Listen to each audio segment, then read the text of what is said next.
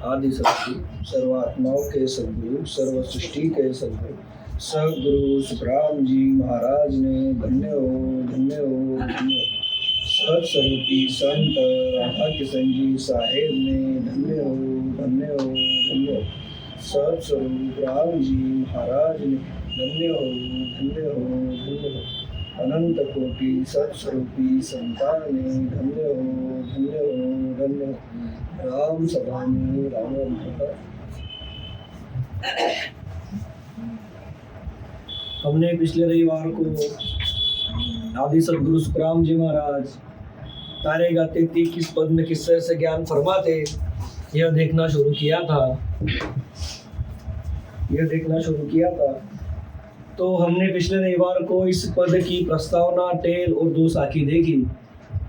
तो आगे इस पद में किस तरह से महाराज फरमाते हैं हम देखेंगे।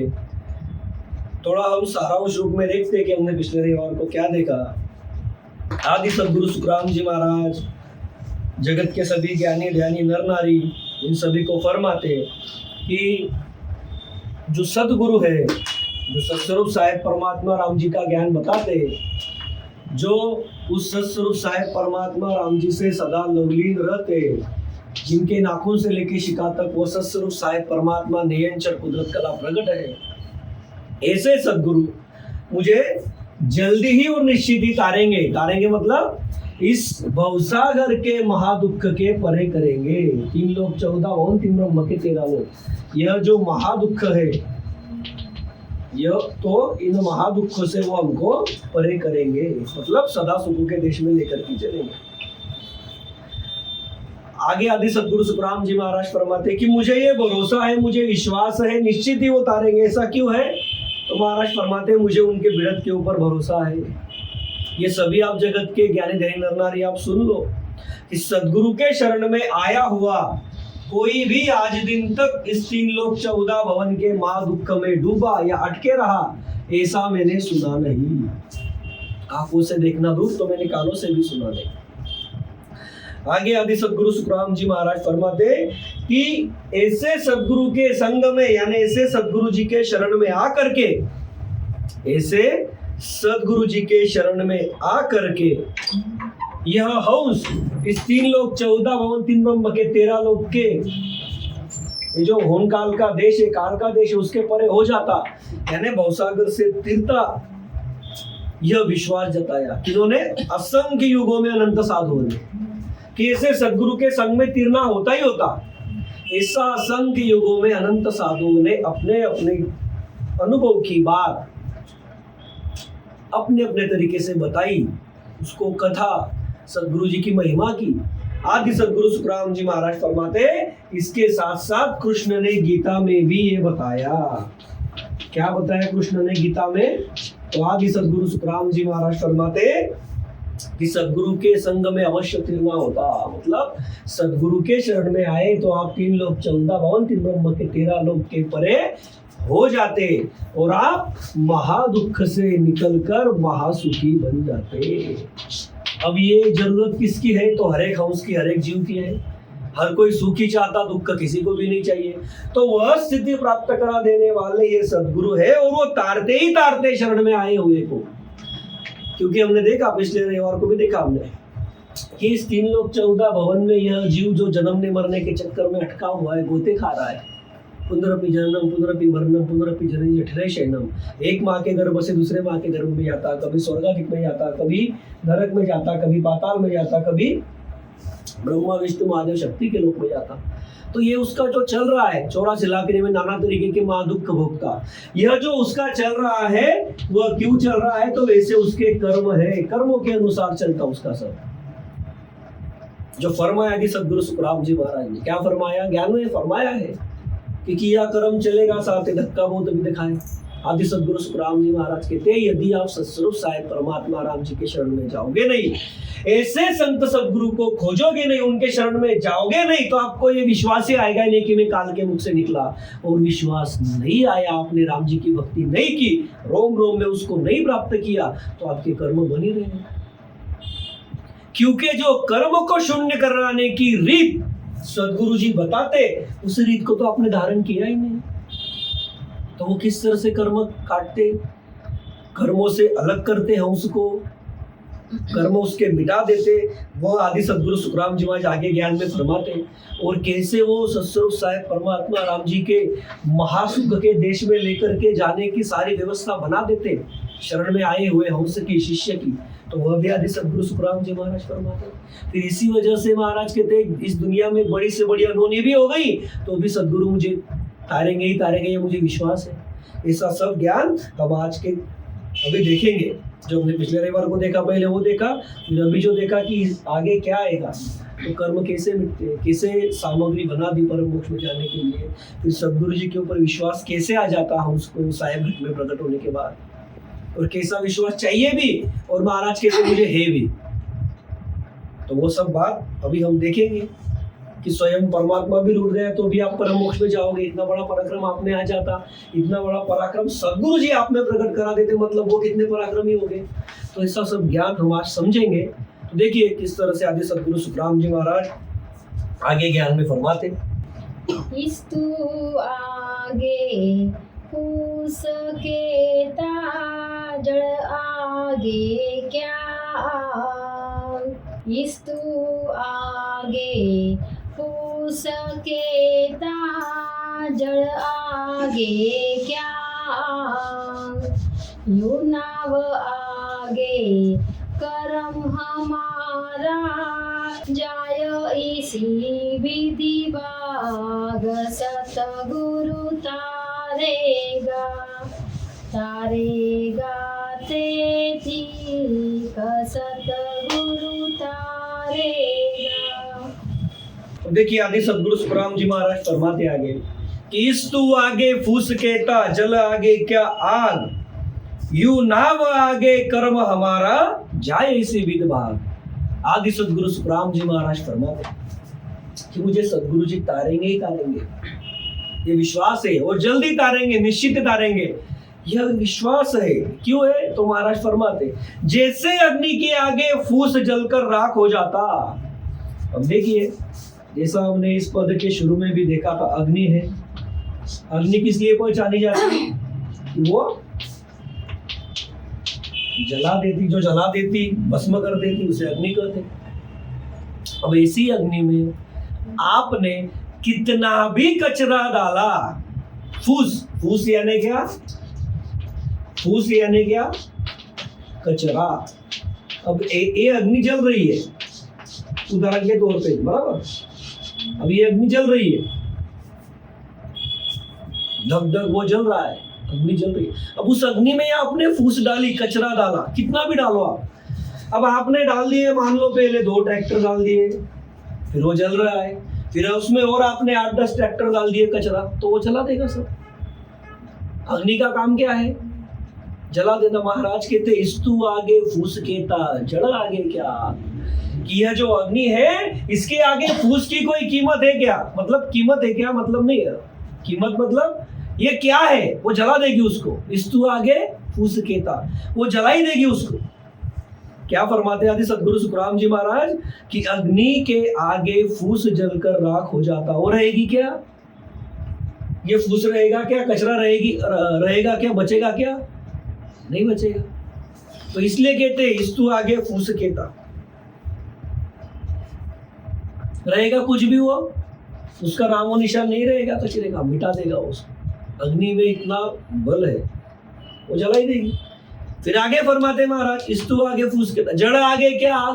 फिर अब अग्नि कितनी भी लगी हुई हो, उसके ऊपर यदि आपने जल डाल दिया तो जो आग है, जो अग्नि है, वो क्या होगी? शांत हो जाएगी। बराबर। हम देखते ना कहीं पर आग लग गई तो हम उसके ऊपर पानी डाल देते, जल डाल देते। क्यों? तो वो जल जो है वो अग्नि को शांत कर देता, आग को शांत कर देता। बराबर। इसी प्रकार आदि सदगुरु सुखराम जी महाराज फरमाते कि सदगुरु ने दिए हुए नाम के बल से सभी कर्म भाग जाते। इस्तु आगे फूस केता जड़ आगे क्या, यू नाम जो आगे कर्म हमारा जाए इसी विभाग। आदि सदगुरु सुखराम जी महाराज जगत के 2 दाखले दे करके फरमाते कि ये फूस जो है, कचरा जो है, ये अग्नि के सामने कुछ भी नहीं, मतलब ये जला देगी, उसको भस्म कर देगी, खत्म कर देगी।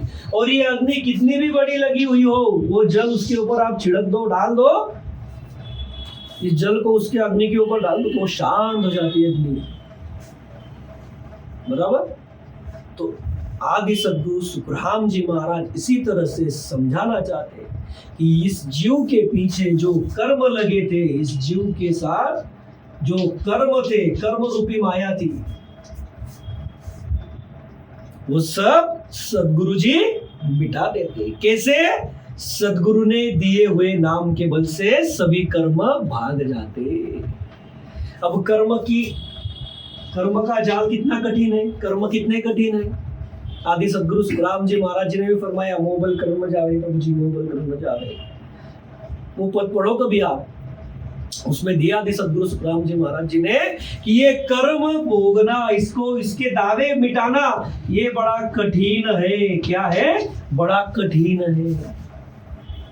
जगत में भी बताया संतों ने, कर्म गति टारे नहीं टरी, कर्मों की गति टालने से टलती नहीं। कर्मों के अनुसार ही ये 3 लोक 14 भवन का सब चक्र चलता है, ये काल का चक्र चलता है। इसीलिए महाराज फरमाते हैं कर्म ही काल है ना, जगह जगह पर दिया है। लेकिन यही कर्म जो इस 3 लोक 14 भवन में किसी भी जीव को भुगतना छूटता नहीं। मतलब पाताल के जीव से लेके, नरक के जीव से लेके, स्वर्गादिक के राजा इंद्र तक सभी को कर्म भोगने पड़ते। अब ऐसे कर्म सिर्फ और सिर्फ इसी मनुष्य तन में काटते आते ये कर्म के जाल से दूर होते आता। जैसे हम जानते कि इस मनुष्य तन में क्या होता, कर्म भोगे जाते, कर्म बनते, कर्म टलते, कर्म टालते आते, और सबसे बड़ी बात कर्म काटते भी आते। ये गुण इस मनुष्य तन में है। अन्य योनियों में क्या है? 3 लोक 14 भवन की सिर्फ वो कर्म भोगने की रीत है। फिर वही रीत को सामने रखते हुए इस शरण में आए हुए जीव के, इसके घट में वह सद्गुरु जी अपनी सत्ता से, अपने पराक्रम से उसके घट में वो शब्द प्रकट करते। वो प्रकट उसके घट में होता जब ये हंस सद्गुरु के शरण में जाता। शरण में जाना कैसे, हमने देखा था पिछले रविवार को भी। हंस के उर से निजमन देना, उनको सरेंडर रहना, उनके अधीन रहना, ये सद्गुरु ही उसको साहेब दिखते। ऐसी स्थिति बनना, इसे कहते सच्चा शरण में आना। नहीं तो आ गया, बैठ गया, ज्ञान सुन लिया, प्रणाम कर लिया, चले गया, और दिल में कुछ और ही चल रहा है, विषय विकारी सुखी चाहिए उसको, शब्द स्पर्श रूप रस गंध के। ऐसा क्या नहीं। शील साथ संतोष ज्ञान की जो चौकट बताते सद्गुरु, उसको पाल करके उनके शरण में रहना, निजमन उनको सुपुर्द करना, निजमन सौंपना, वही शरण में आना। अब ऐसा जो कोई करेगा तो क्या होता, उसके घट में निरंतर प्रकट होता, वो सत शब्द प्रकट होता, कुदरत कला प्रकट होती, वह अखंडित ध्वनि प्रकट होती, यानी यह सत स्वरूप साहेब परमात्मा राम जी प्रकट होता, सत शब्द प्रकट होता, वो नाम प्रकट होता। निरंतर जो शब्दों में नहीं आता, जो अंचर नहीं, ऐसा अखंडित ध्वनि, वो कुदरत कला, वो घट में प्रकट होता। यह हंस पूरब के 6 और पश्चिम के 6 द्वार छिदन करता। जैसे हम सब जानते, इस जीव के साथ आदि से क्या है, माया, 5 आत्मा और मन, शब्द स्पर्श रूप रस गंध, ये 5 आत्मा और मन, ये माया आदि से इस जीव के साथ है। और बाद में जो ये माया इसमें लगी, इसके पीछे लगी, कौन सी माया लगी? कर्म रूपी माया लगी। अब कर्म रूपी माया, ये कर्म कितने तरह के हैं हम सब जानते, संचित कर्म, प्रारब्ध कर्म और क्रियमान कर्म। बराबर। तो आदि सद्गुरु सुखराम जी महाराज फरमाते कि जब यह हंस, यह शिष्य, यह जीव सद्गुरु जी के शरण में आता है, सद्गुरु जी से भेद धारण करता है, तो सद्गुरु जी के पराक्रम से, सद्गुरु जी के पराक्रम से, जो सद्गुरु जी के अंदर गुण है, क्या गुण है कि शरण में आए हुए का काल छुड़ा देना। तो वो काल कैसे छूटता? तो महाराज कहते उसके कर्मों का नाश ही हो जाता। अब कर्म ही नहीं बचे तो यहाँ पर क्या भोगेगा हंस? ख्याल में लाइए, जीव 3 लोक 14 भवन में क्यों अटके हुआ है? ये कर्मों की जाल, में जो ये जीव फंसा है, ये कर्मों की ताप जो उसको पड़ती, उसकी वजह से उसके ऊपर जो महादुख पड़ते और उसको जो महासुख चाहिए, जो उसे सुख चाहिए वो नहीं मिलते, ऐसी स्थिति में वो फंस जाता। किस वजह से फंसता? तो वो इन कर्मों की वजह से फंसता। तो आदि सदगुरु सुखराम जी महाराज कहते, जब यह हम सदगुरु जी के शरण में आता, उनका दिए हुए नाम का स्मरण करता, तो उसके घट में वो नयनचर सत शब्द निज नाम कुदरत कला प्रकट होती है। और यह हंस एक एक जो छिदन करके नाभि में आता, ये पांचों आत्मा उसकी अलग हो जाती, आगे चलता, बंकनाल से चलता, 21 स्वर्ग का छेदन करता, पीठ में मेरु स्थान का छेदन करता, यम के सिर की सीढ़ी करता, त्रिगुटी में आता, यहाँ पर त्रिगुटी में मन अटक जाता, चिदानंद ब्रह्म शिव ब्रह्म पार करता, 10वें द्वार में पहुंचता। जैसे ही 10वें द्वार में पहुंचता, रोम रोम में अखंडित ध्वनि प्रकट हो जाती, तो कुदरत कला प्रकट हो जाती।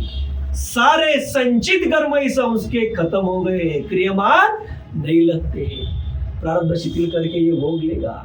ये अभी 10वें द्वार खुला नहीं, 10वें द्वार में पहुंचा है, तभी हो गई है स्थिति। अब 10वें द्वार खुलने के बाद घट के बाहर भी अखंडित ध्वनि लग जाती है, तो यह स्थिति बन गई। कैसे बनी? सदगुरु जी के शरण में जाने की वजह से। सदगुरु जी ने भेद दिया, सदगुरु जी ने वो विधि बताई, सदगुरु जी ने राम जी का शरण कैसे लेना, उस साहिब के शरण में कैसे जाना, वो सब भेद दिया। इसीलिए क्या फरमाते महाराज, कर्म झट से चल गई। अब भाव को समझिए, इस्तु आगे फूस केता जल आगे क्या आगे, इसमें भाव समझना चाहते हैं महाराज। जैसे अग्नि के सामने कचरा आप कितना भी उसमें डाल दो तो अग्नि उसको जला देती है, उसको समय लगता क्या? उसको समय लगता क्या अग्नि को कचरा जलाते वक्त? आंखों के सामने लाओ। अब जैसे कुछ माताएं बहनें जो है घर में, वो झाड़ू कचरा निकालती, अब समझो जिनके यहाँ पर वो नगर पालिका वाले वगैरह आते नहीं, म्युनिसिपल कॉर्पोरेशन वाले कचरा लेने के लिए, तो उनको क्या करना पड़ता? उसको जला देना पड़ता। तो वो जब जलाते, तब अग्नि से जब उसको जलाते, तब वो जलने में समय लगता क्या? झट से वो जल जाता। वैसे ही अग्नि लगी हुई, आग लगी और उसके ऊपर आपने जल डाल दिया, तो वो जल अग्नि को शांत करने में समय लगाता क्या? नहीं लगाता। फिर वो कितनी भी बड़ी हो, कितना भी बड़ा कचरा हो, अग्नि झट से जला देती। विलंब होता क्या उसमें? जल है, अग्नि है, आग लगी है, उसके ऊपर जल डाल दिया, तो बुझाने में समय गवाता क्या जल? अग्नि नहीं। वैसे ही इस जीव के पीछे जो ये कर्मों का जाल लगा हुआ है, बड़ा कठिन, बड़ा इसमें दुख पड़ता जीव को, बड़ी ताप लगी है, वो मिटाने में वो सत शब्द कुदरत कला, वो सत्स्वरूप साहिब परमात्मा राम जी, उसका नाम समय नहीं लगा, झट से निकल कर्म भाग जाते। जैसे ये सहज में होता ना, अग्नि कचरे को जला देती, जल आग को शांत कर देता, वैसे ही वह नाम सदगुरु जी ने दिया हुआ नाम, वो सत शब्द कुदरत कला नयन जो घट में प्रकट होता, वो कर्म को दूर कर देती है उससे। अब कर्म ही दूर हो गए तो यहाँ पर क्या बचा? जैसे हमने देखा नाभि में पांचों आत्मा, त्रिगुटी में मन, और ये कर्म 10वें द्वार में, तो ये सब उसके साथ किसी तरह की माया रही क्या? नहीं रही। तो ये कुदरत बनती है उसके घट में, शिष्य के घट में, इस जीव के घट में जो सदगुरु जी के शरण में आता। इसीलिए आदि सदगुरु महाराज कहते, तारे गाते ठीक सदगुरु तारेगा, इन भवसागर के माय पार उतारेगा। इस होन काल से मुझे पार कराएंगे कौन? सदगुरु जी। सदगुरु जी जल्दी ही तारेंगे, निश्चित ही तारेंगे, ये मुझे विश्वास है, आदि सदगुरु महाराज कहते हैं। क्यों? क्योंकि ये कर्मों का विनाश ऐसे कर देते सहज में। अब कर्मों का जाल, कर्मों के भीतर जीव अटका कैसे, ये यदि आपको समझना है पूरा तरीके से। अब ये तो हमारी स्थिति सहज हो गई इसलिए सहज लगता हमको, लेकिन ये कर्मों का जो जाल है ये बड़ा कठिन है। सृष्टि रचना पढ़ो आप, ये ब्रह्मा विष्णु महादेव शक्ति को अनेक युग लग गए जीव को अटकाने के, मतलब बहुत समय गया उनका। अनेक युग का शब्द मत पकड़ो आप, लेकिन उनका बहुत समय गया। इस काल ने बहुत बड़े ऐसे जाल बनाए, फांसी बनाई, तब जीव अटका, इसमें सहज नहीं अटका। और कब से अटका हुआ है? अनेक युग बीत गए, अनेकों बार इसको मनुष्य तन मिला, उसने राम जी की भक्ति ने की, उसके कर्म भी कितने हैं? महाराज कहते अनंत कर्म है। वो अनंत कर्म एक पल में मिटाने का पराक्रम सदगुरु जी ने दिए हुए नाम में है, यानी सदगुरु जी में कितना पराक्रम होगा। और इस पराक्रम के ऊपर आदि सदगुरु महाराज के थे मुझे विश्वास है कि तारेगा ते तीक सदगुरु तारेगा। उनका बिरदी है वो तारेंगे ही तारेंगे, निश्चित तारेंगे, जल्दी ही तारेंगे। इसीलिए आदि सदगुरु महाराज के थे, क्योंकि कर्मों का विनाश करने की जो ट्रिक है, मतलब जो भेद है, जो विधि है, वो किसके पास है? सदगुरु जी के पास है। इसीलिए सदगुरु जी तारेंगे, क्योंकि ये खेल किसके कारण चल रहा है? देखिए थोड़ा रिपीट हो रहा है, लेकिन ये समझाना क्या चाह रहे हैं हम आपको, ये जो चक्र चल रहा है 3 लोक 14 होन का, ये होन काल का सारा किसके वजह से चल रहा है? जीव के ऊपर दुख का क्यों पड़ रहा है? कर्मों की वजह से। कर्म ही नहीं रही तो कुछ बचा क्या? कर्म ऐसे चुटकी सर से, मतलब चुटकी बजाते वैसे मिटा देते, क्योंकि हंस पूरब के 6 और पश्चिम के 6 कोल छेदन करने को उसको कितना समय लगता? महाराज कहते एक पल से कम लगता। ये पराक्रम है सदगुरु जी का। इसीलिए महाराज कहते तारेगा ते तीक सदगुरु तारेगा। अब ये तो रीत है ही।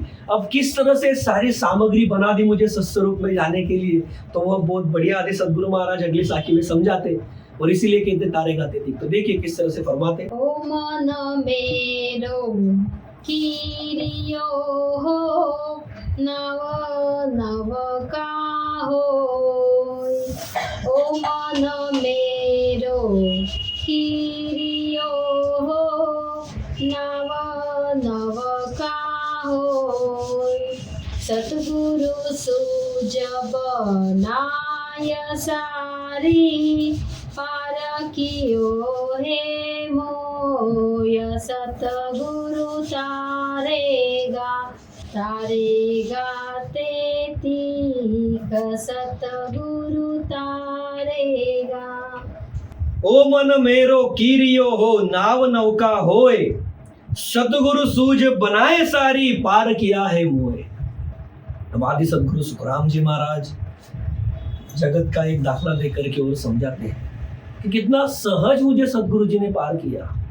मुझे विश्वास क्यों है? महाराज कहते क्योंकि इन सदगुरु के अंदर, इन सदगुरु के भीतर इतना बड़ा पराक्रम है। वो उस सत्स्वरूप साहेब परमात्मा राम जी की सत्ता के अधिकारी है, सत्ताधारी है, और वो कितना सहज में मुझे परम पद में पहुंचा देते, काल के महादुख से निकाल लेते। तो वो समझाते महाराज कि यह मेरा निजमन, यह क्रिया है, यानी नाव चलाने वाला है, तथा सदगुरु ने दिया हुआ नाम मेरे लिए भवसागर से पार होने के लिए नौका है। ऐसे नाम नौका में मुझे बैठा कर सदगुरु जी ने भवसागर से पार होने की सूझ यानी व्यवस्था बनाई और मुझे पार कर दिया। अब आदि सदगुरु महाराज फरमाते देखिए, अब मानो ये बड़ा जल से भरा हुआ सागर है, इसमें बड़े बड़े धोखे हैं, बराबर। इसमें धोखे कैसे रहते हैं? बड़ी बड़ी शार्क जैसी मछलियां रहती, बड़े बड़े जहरीले सांप रहते, व्हेल जैसे, मतलब कितने 100 150 मीटर के बड़े बड़ी मछलियां रहती। ऐसी कई ऐसे जानवर रहते पानी में जो मनुष्य के शरीर को भी छू लिया तो भी जहर फैला देते घट में, शरीर में। घट में मतलब शरीर में, उसके तन से प्राण निकल जाता। समंदर में बड़ी बड़ी भौरियां आती, बड़े बड़े जहाज जो है कि भाई जिसमें 5-5 10-10 हजार लोग लेकर के वो जा सकते, उनको वो डुबो देता।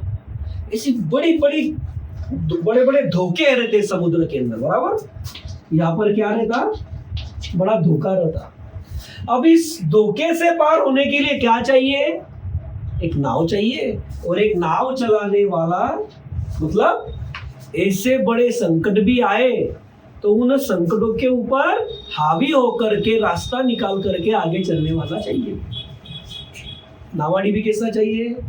उसको नाव चलाते आनी चाहिए, कठिन प्रसंग में भी, तकलीफ वाले समय में भी, और डगमगना नहीं चाहिए, बराबर।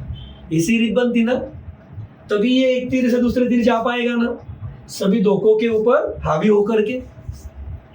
तो इसी तरह से आदि सदगुरु सुखराम जी महाराज फरमाते, यह जो विषय विकारी वासनाओं से भरा हुआ सागर है, इसको पार करने के लिए इसमें क्या है? शब्द स्पर्श रूप रस गंध काम क्रोध लोभ मोह मत्सर द्वेष,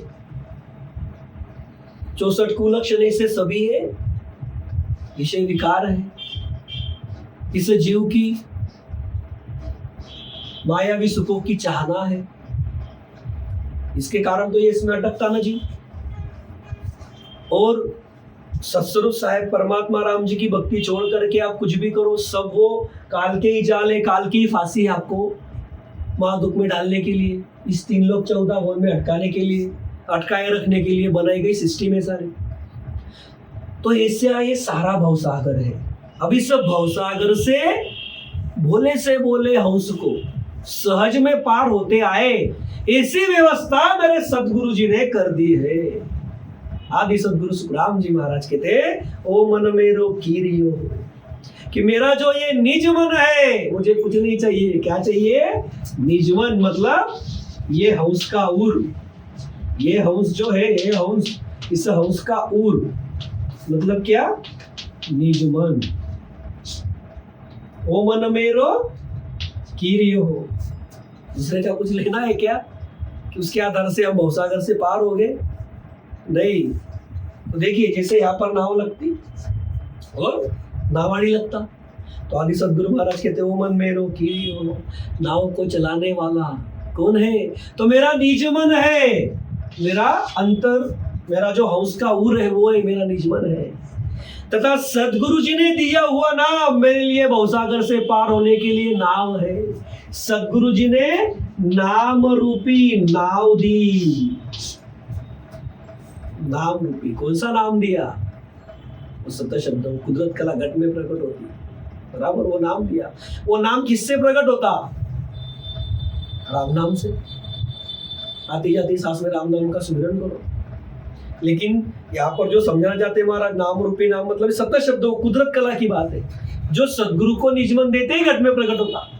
और इस हंस को पूरब के 6 और पश्चिम के 6 कौरों का छेदन करा करके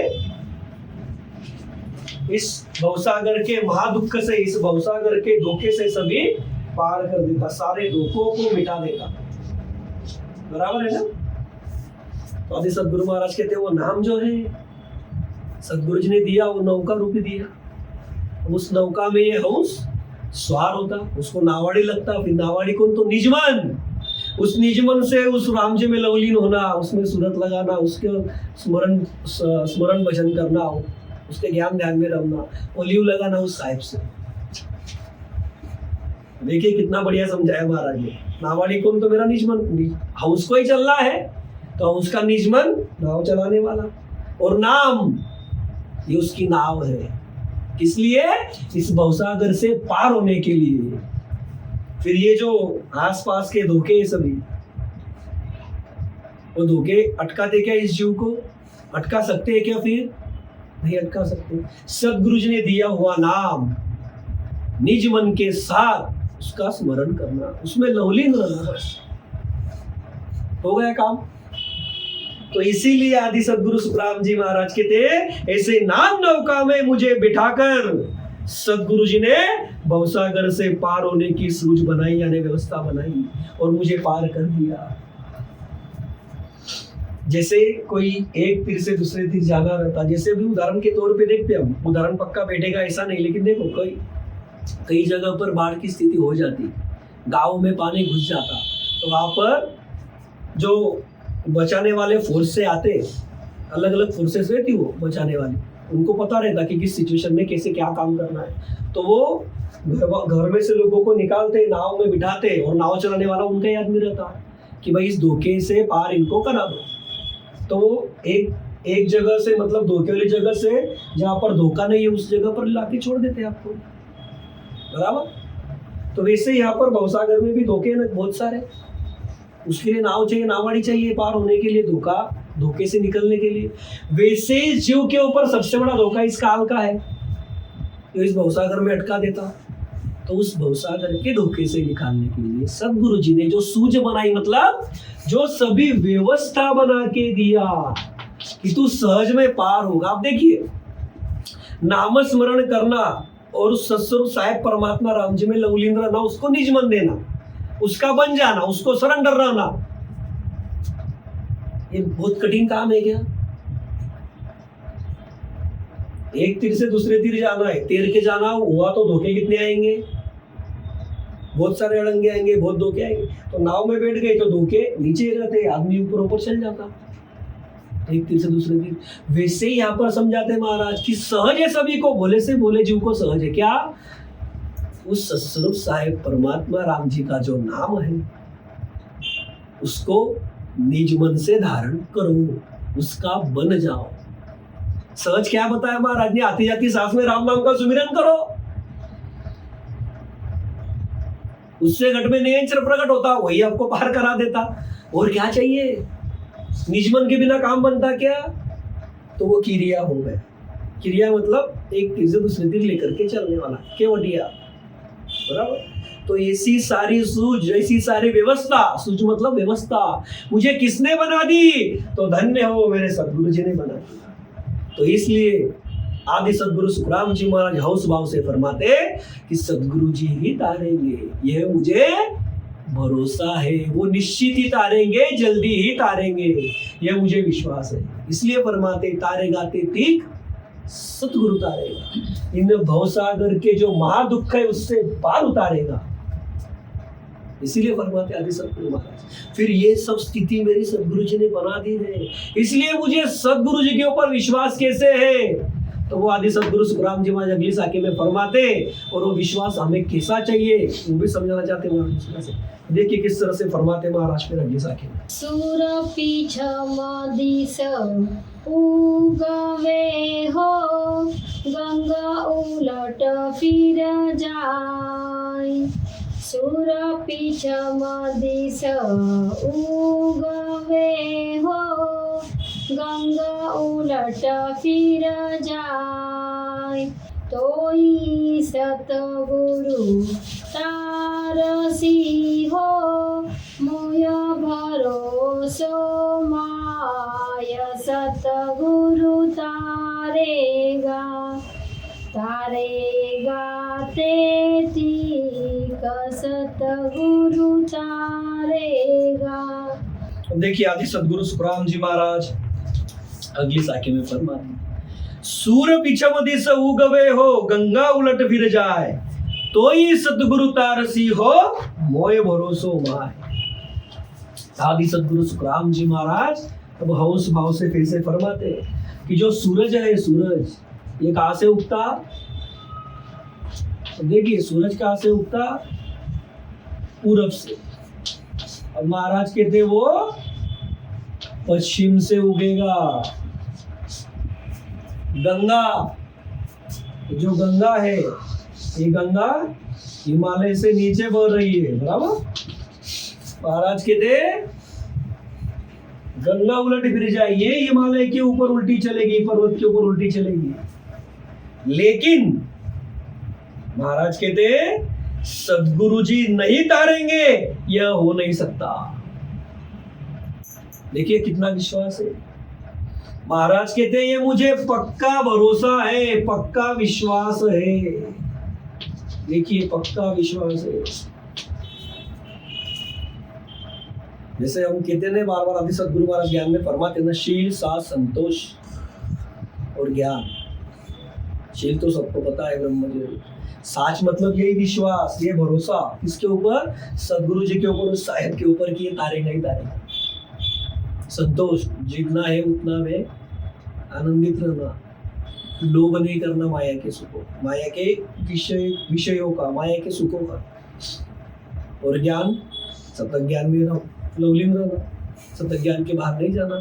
तो ये सब बातें हैं। तो उसमें का ये विश्वास बहुत जरूरी है, इसके बिना काम नहीं बनता।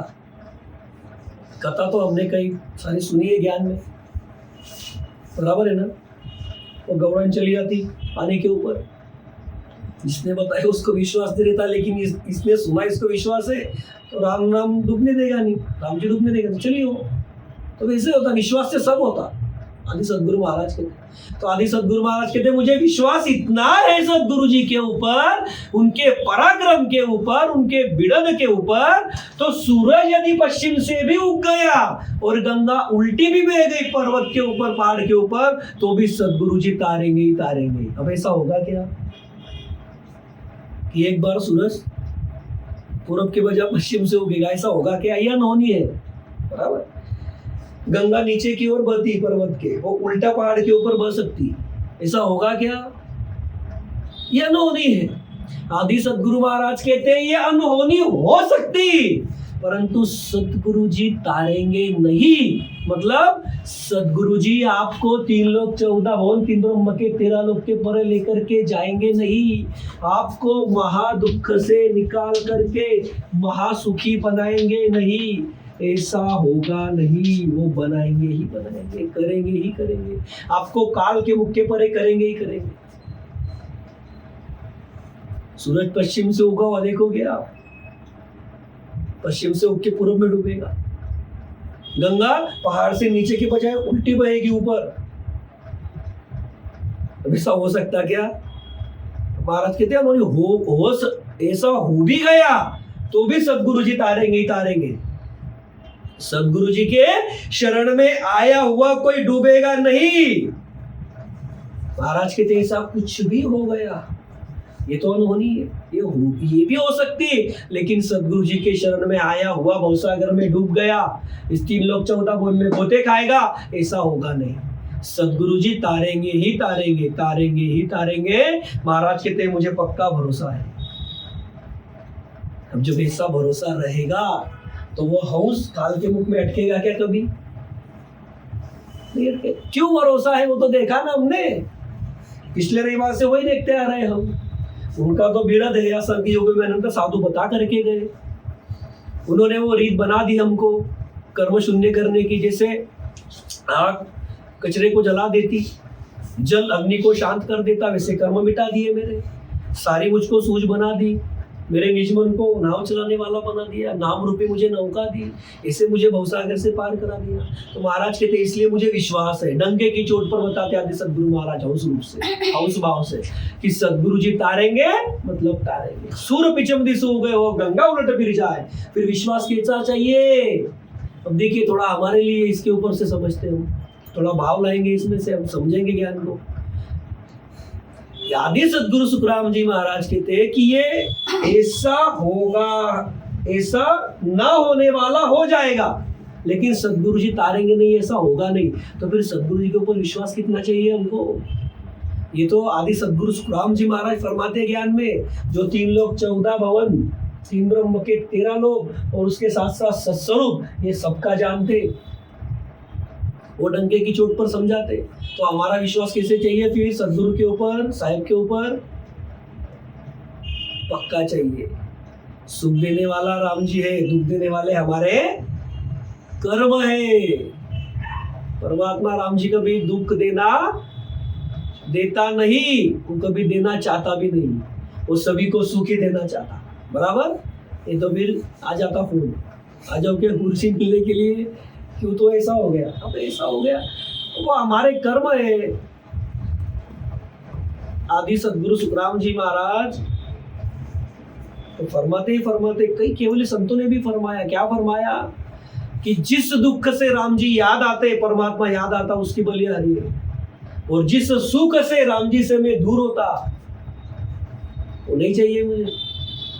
आग लगे उस सुख को, कबीर साहब फरमाते ना। देखिए समझिए आप ज्ञान को, कि कितनी बड़ी बात फरमाते महाराज। ये हमको समझने के लिए छोटा लगता, लेकिन ये कभी आप इमेजिन करो, सोचो इसके ऊपर आप, कि सूरज पश्चिम से उग रहा है, दुनिया में तो नदी हो जाएगी। गंगा पहाड़ से नीचे पर उल्टी बह रही है, लोग देख रहे, अनहोनी हो गई। तो महाराज कहते ऐसा हो सकता है, लेकिन सदगुरु जी तारेंगे नहीं, ऐसा होगा नहीं। मतलब कितने विश्वास की बात है ये शब्दों के परे है। ये आदि सदगुरु सुखराम जी महाराज जी है जो ये शब्दों में वर्णन करके बताते हैं कि सदगुरु जी के ऊपर विश्वास कैसा चाहिए।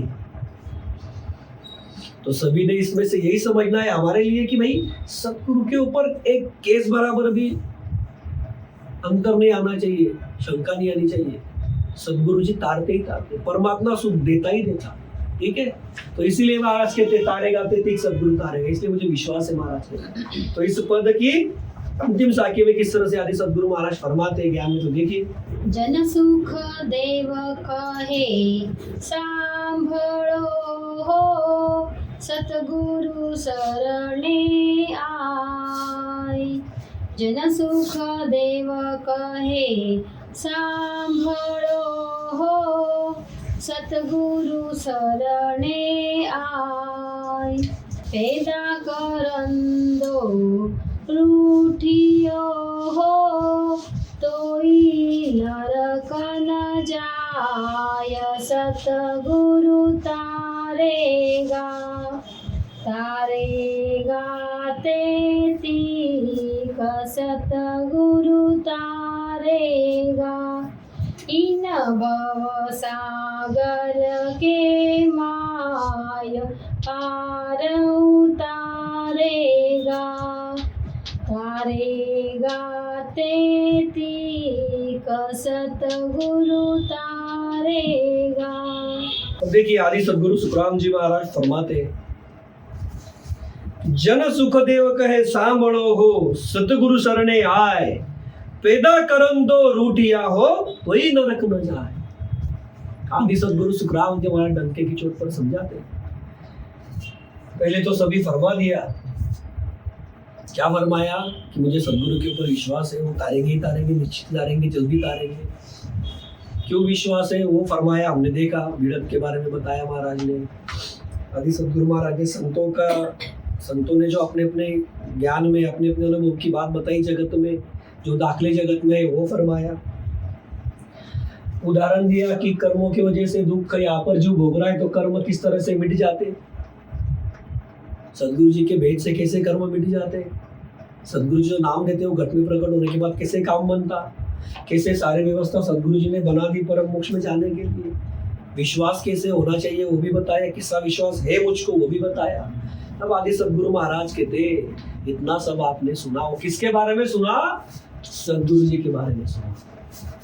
क्योंकि सदगुरु जी में वो पराक्रम है कि इनके शरण में यदि आप आए तो आपको परम मोक्ष मिलेगा ही मिलेगा। आप सदा सुख के देश में जाओगे ही जाओगे, आपको कभी महादुख में आना नहीं पड़ेगा।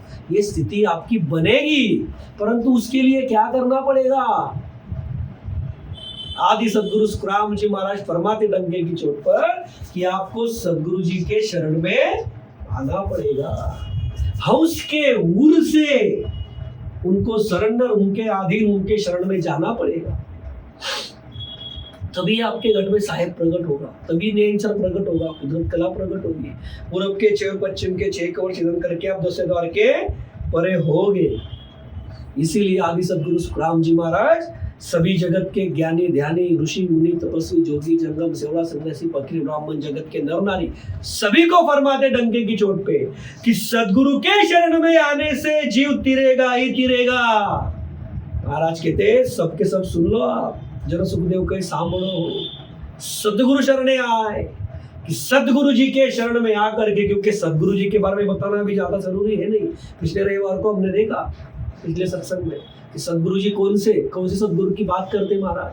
तो ऐसे सदगुरु जी के शरण में आकर के आपके हंस का इस मनुष्य तन मिलने का कार्य पूर्ण होगा ही होगा। तिरेगा मतलब काल के महादुख से, इस होन काल से, इस भवसागर से जीव तिरेगा ही तिरेगा। इस 3 लोक 14 भवन के महादुख से जीव निकलेगा ही निकलेगा। इस भवसागर को हंस पार करेगा ही करेगा। इसका मतलब क्या, जो देखा था हमने पिछले रविवार को, कि ये भवसागर के महादुख से निकलकर सत्स्वरूप साहेब परमात्मा राम जी के आनंद पद में, अमर लोक में, उस सत्स्वरूप पद में महासुख हंस लेता। महासुख की स्थिति को प्राप्त करना, दुख का कभी मांगने पर भी नहीं आना, वो स्थिति सब उसकी बनेगी। उसे कहते तिरना, भवसागर से तिरना। तो सदगुरु जी के शरण में आकर के ही तिरना होगा।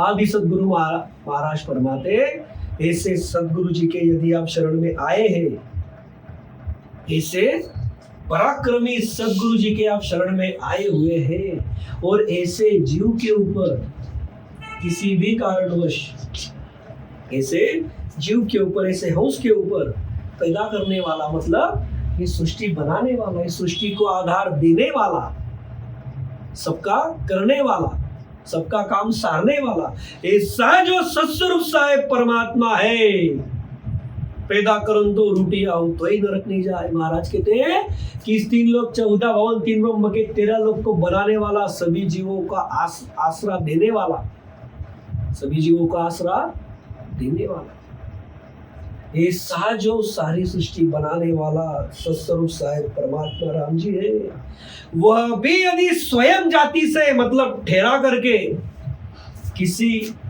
इस जीव के ऊपर रूठ गया, इसके ऊपर रूठ गया, तो भी आदि सदगुरु सुखराम जी महाराज कहते हैं वो जीव नरक में नहीं जाएगा। वो जीव नरक न जाते भवसागर से पार होगा ही होगा, भवसागर से तिरता ही तिरता, भवसागर इस 3 लोक 14 भवन के मां दुख से पार होगा ही होगा। ऐसा आदि सदगुरु सुखराम जी महाराज कहते कि तुम तुम्हारे हृदय में गांठ बांध लो, इसको पक्का कर लो आप, ये सदगुरु जी तारेंगे ही तारेंगे। देखिए कितनी बड़ी बात है ये सारी सृष्टि बनाने वाला, सारी सृष्टि का आधार, ये स्वामी, ये मालिक, ये कर्ता, पैदा करता रूटिया हो तो ही नरक नहीं जाए। कि ये यदि रूट गया किसी जीव के ऊपर तो क्या होगा। अब उदाहरण लेते हैं हम कि ये सदगुरु जी के शरण में नहीं है और इसके ऊपर साहेब रूट गया तो क्या होगा। महाराज के 3 लोक 14 भवन में इसको बचाने वाला कौन है। क्योंकि 3 लोक 14 भवन 3 ब्रह्म के 13 लोक के परे वो सत्स्वरूप साहेब परमात्मा है। वो होनकाल पार ब्रह्म इच्छा माया से लेकर के ब्रह्मा विष्णु महादेव शक्ति 33 कोटि देवों का राजा इंद्र सभी को आधार देने वाला है। उसके भरोसे ही सारे यहाँ पर काम कर रहे हैं, अपने अपने काम सारते वो उसके भरोसे। अब ऐसा स्वामी, ऐसा मालिक इस जीव के ऊपर रूठ गया तो ये कहां पर जाएगा। अगति में जाएगा, नरक में पड़ेगा, महादुख भोगेगा। महादुख तो सदगुरु के चरण में परम मोक्ष में नहीं गया, वो भी भोगता, लेकिन ये बड़े कठिन महादुख भोगता, सहे न जाने वाले। परंतु आदि सदगुरु महाराज कहते हैं कि कोई हंस, कोई जीव सदगुरु जी के शरण में आया और इसके ऊपर किसी कारणवश वो सत्स्वरूप साहेब परमात्मा राम जी रूठ भी गया तो भी ये जीव कभी भूल के भी नरक में नहीं जाएगा। समझिए आप, सतगुरु जी का पराक्रम समझिए आप कितना बड़ा है। सतगुरु जी का पराक्रम कितना बड़ा है कि स्वयं परमात्मा भी किसी जीव के ऊपर रूठ गया, उसके ऊपर रूठ गया, और वह यदि सच्चे सतगुरु के शरण में है वो नरक में न जाते क्या होता, वो भवसागर से पार होता, सत्स्वरूप साहेब परमात्मा राम जी के आनंद पद का अधिकारी रहता। महाराज कहते ये हम आपके हृदय में गांठ बांध लो। आदि सदगुरु महाराज सभी जगत के नर नारियों को बताते, सभी ज्ञानी ध्यानी को कहते हैं कि ऐसे सदगुरु खोजो, उनके शरण में जाओ। ये किस लिए फरमाते महाराज, अरे उनके शरण में जाओ, उनका शरणा धारण करो। इसीलिए तो कहते महाराज तारेगा तेतिक सदगुरु तारेगा। इसीलिए तो फरमाया जन सुखदेव के सांभळो वो सदगुरु शरणे आए, पैदा करन तो रूटिया हो तो ही नरक नहीं जाए। अरे इतना बड़ा पराक्रम है सदगुरु जी के अंदर कि सारी सृष्टि को चलाने वाला भी यदि तुम्हारे ऊपर रूठ गया तो भी तुम महादुख में नहीं जाओगे, नरक में नहीं पड़ोगे, उसको उसके लोक में तुमको लेना पड़ेगा इन सदगुरु जी की वजह से। इसीलिए तो फरमाया है ना जगह जगह पर, क्या फरमाया है, सदगुरु है और साहेब है तो किसको प्रणाम करना चाहिए पहले। तो वहां पर बताया गया, गोविंद देव बताए कि इन्होंने मुझे वो परमात्मा बताया इसलिए सदगुरु जी को वंदन पहले। कई जगह पर बताया गया, संतों ने बताया, आदि सदगुरु महाराज ने भी बताया, हर गुरु दो हिम जानो सब ज्ञान करो सुन ठानो। सत्स्वरूप सदगुरु, सदगुरु और सत्स्वरूप एक ही है करके। और एक समय ऐसे आता एक समय क्या था कि सत्स्वरूप से बड़े सद्गुरु न थे, दिखते हे कैसे? काल के मुख से निकलने का ज्ञान किसने दिया? हमने उसको कब समझा? हमको वो कैसे समझा? इस हंस चेतन ने, सदगुरु जी के हंस चेतन ने इस हंस चेतन को ज्ञान दिया, तब इसको समझा। बराबर? तो ये किस लिए फरमाते महाराज, पैदा करूं तो रूठ हो तो ही नरक नहीं जाए? क्योंकि इन सदगुरु जी के पास वो ओहदा है। क्या है? वो ओहदा है, उनका वह गिड़द है। और वो किसकी सत्ता है? स्वयं सत्स्वरूप साहेब परमात्मा राम जी की सत्ता है। ख्याल में आ रहा है क्या? इसीलिए महाराज कहते कि स्वयं जाति से ठहरा करके तुम्हारे ऊपर वो साहेब रूठ गया, परमात्मा रूठ गया। सभी को बनाने वाला, सारी सृष्टि को बनाने वाला, पैदा करना मतलब सारी सृष्टि को बनाने वाला वो साहेब भी आपके ऊपर रूठ गया, परमात्मा भी रूठ गया, तो भी आप नरक में नहीं जाओगे। हाँ, भवसागर से तिरोगे उस सत्स्वरूप साहेब परमात्मा राम जी के महासुख के देश में जाओगे। अब ये बात कैसे फरमाई महाराज ने? अब जो सदगुरु जी के शरण में है और राम जी रूठेगा, ऐसा कोई काम करेगा क्या? नहीं करेगा। लेकिन ये स्थिति बताई महाराज ने, एक प्रसंग बताया कि पराक्रम कितना बड़ा है सदगुरु जी में। और इसीलिए महाराज क्या फरमाते हैं? तारे गाते तिग सदगुरु तारेगा, इन भवसागर के माय पार उतारेगा। इसीलिए आदि सदगुरु सुखराम जी महाराज कहते हैं, मुझे सदगुरु जी के ऊपर विश्वास है, भरोसा है, सदगुरु जी मुझे जल्दी ही तारेंगे, निश्चित ही तारेंगे, भवसागर से पार कराएंगे। तो ऐसा इस पद में आदि सदगुरु सुखराम जी महाराज ज्ञान में फरमाते। हम आशा करते हैं कि सभी को समझा होगा। ये पद तो पूर्ण हो गया और अभी हमारी सत्संग का भी समय हो गया, 2-3 मिनट बचे हैं, तो अभी हम सत्संग को विराम देते। तो बोलिए, आदि सदगुरु सर्वात्माओं के सदगुरु, सर्व सृष्टि के सदगुरु, सदगुरु सुखराम जी महाराज ने धन्य हो, धन्य हो, धन्य हो। राम सभा में राम राम महाराज।